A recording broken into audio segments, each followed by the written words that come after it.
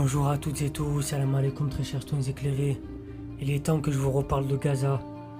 Bien évidemment, ceux qui me suivent sur mes autres réseaux sociaux savent pertinemment que je poste régulièrement des articles sur Gaza, que je continue à dénoncer l'injustice. Aujourd'hui, je vais vous parler du début de la construction d'un port artificiel à Gaza, du mouvement de soutien aux Palestiniens qui s'étend au campus américain et bien évidemment à Sciences Po en France. Et comment la couverture médiatique, comment ces médias essayent bien évidemment de décrédibiliser encore une fois ceux qui ne supportent pas l'injustice. Donc Israël a continué à bombarder jeudi plusieurs secteurs de la bande de Gaza comme la ville de Rafah.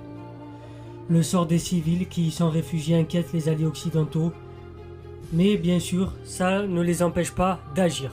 Ça les inquiète, mais lors de résolutions à l'ONU, ils mettent toujours leur veto et ils ne contraignent pas leur allié israélien à cesser ces massacres, ce génocide en cours. Je pense notamment aux Américains. Donc, je vais me concentrer sur la construction d'un port artificiel à Gaza.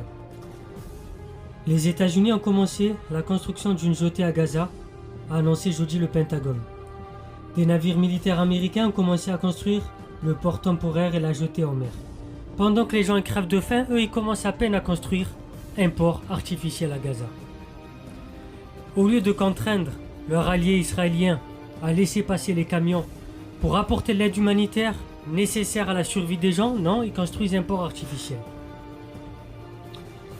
Bien évidemment, pendant que les Américains construisent un port artificiel, ils continuent à livrer des armes à leurs alliés israéliens, leurs protégés israéliens. C'était la partie 1, c'était Soso Lintello.